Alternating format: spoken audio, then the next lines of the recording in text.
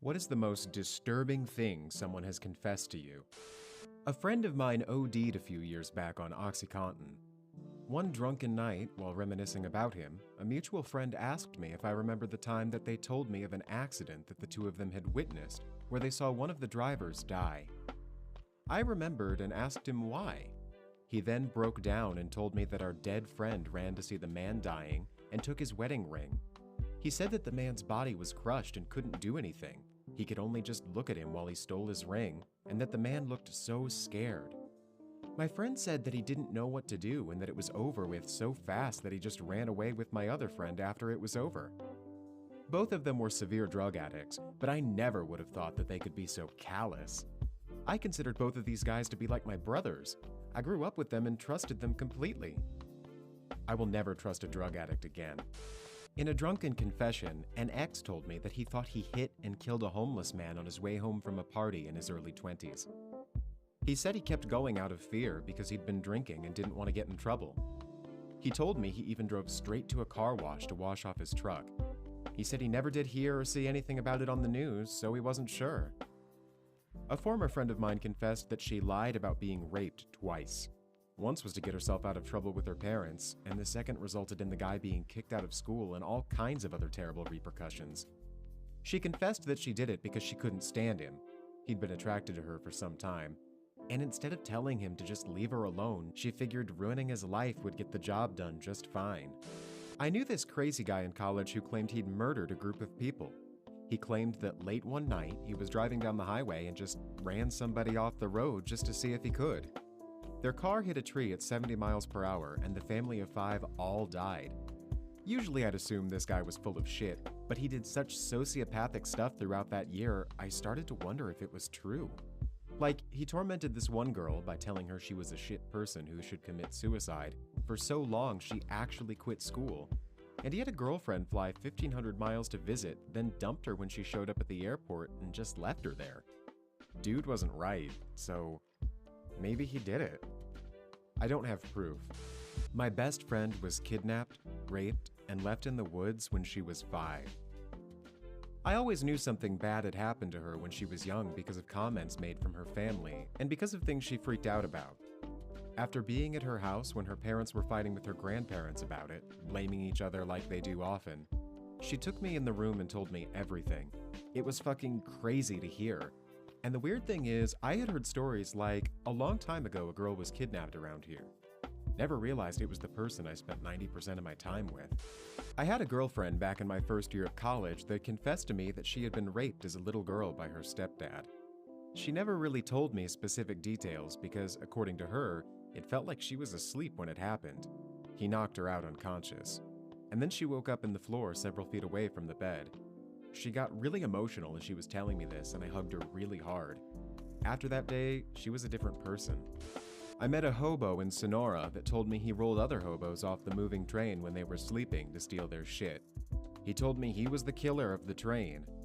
I don't speak Spanish very well, so we had a translator, and he didn't miss a beat when he was translating it. My heart sank as the words came out of his mouth. It was fucking surreal. I gave him a couple cigarettes and got the fuck out of there. A coworker I barely know approached me one Friday morning to ask about my weekend plans, then casually told me his wife had killed herself with a pistol and he was the one that found her.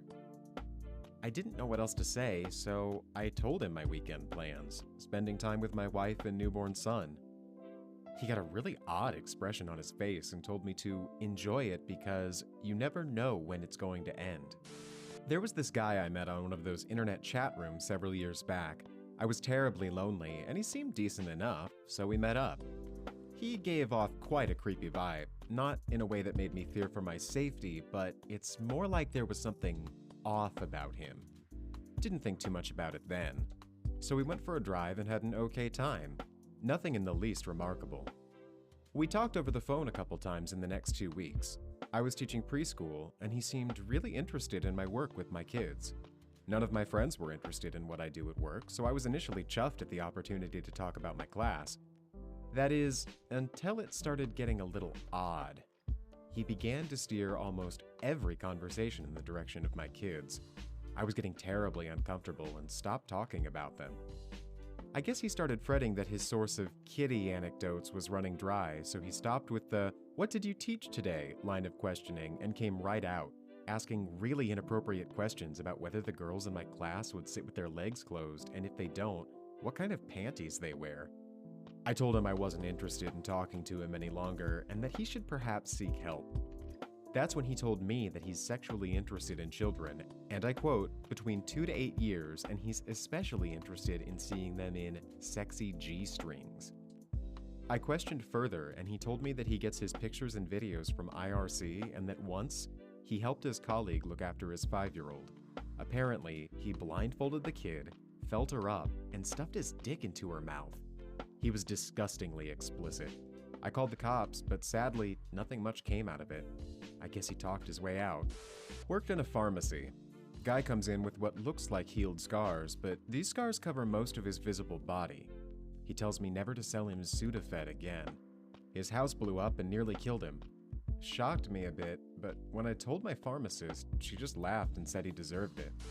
That they ate cat food as a family.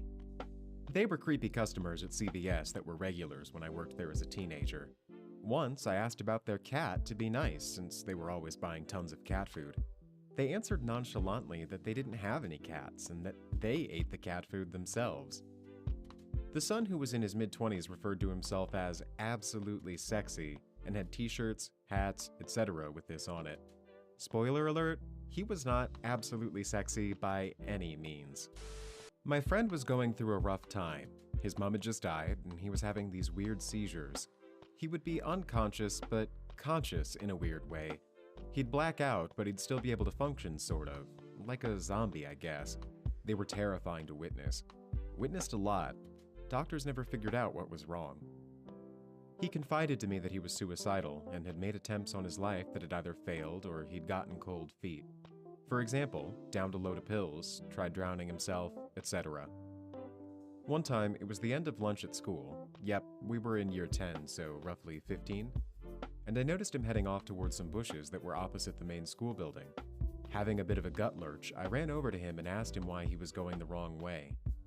He fought with me a bit to just let him skip, but I refused, and, being a stubborn ass, he knew I wouldn't give up and came with me to class. He told me later that he had a coil of thin blue rope under his jumper and was planning on hanging himself then and there.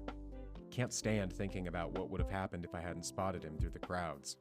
Was playing online NHL or something, and I forgot how it came up, but some kid told me he fucked his dog in the ass regularly.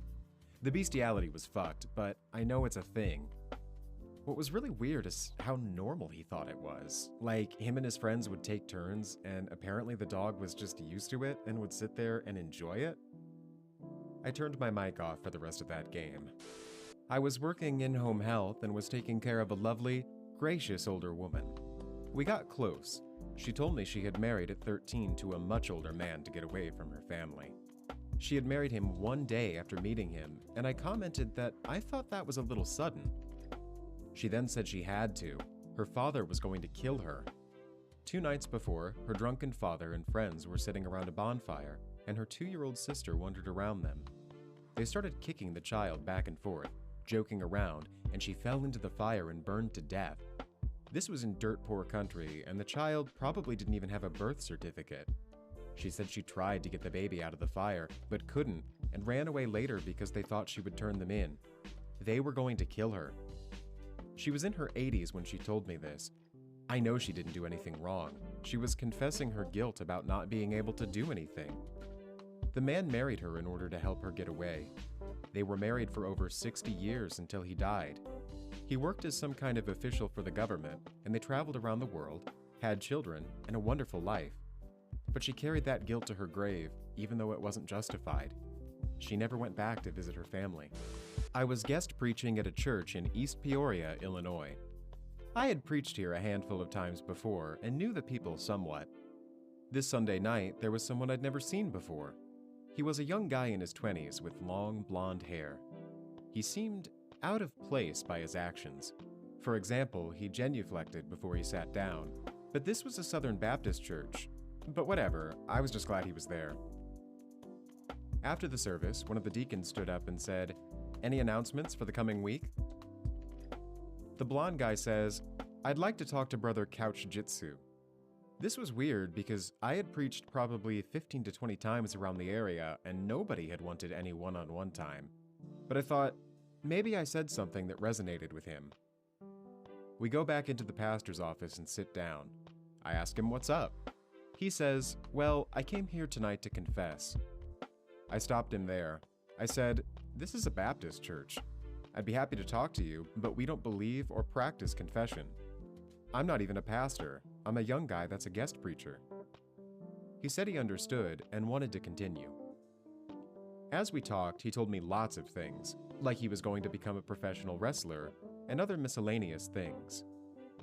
He then said, "I need to confess to you that I was in OSF, a local hospital, last year." Okay. "I was there because I thought I was Jesus Christ." Okay, it's okay. I know now that I'm not him. Well, that's good. Yeah, I'm one of the final prophets from the book of Revelation. Blank stare. I'm one of them, and my cousin is the other witness. I don't remember much more at that point. It was weird and disturbing. We wrapped up the conversation, and he thanked me for my time. I went out into the sanctuary, grabbed my wife, and we sped down the bluff back to our neighboring town. I kept looking in the rearview mirror as it felt like a bad horror movie. She asked what was wrong. I told her. She replied, "Oh, he's probably just high."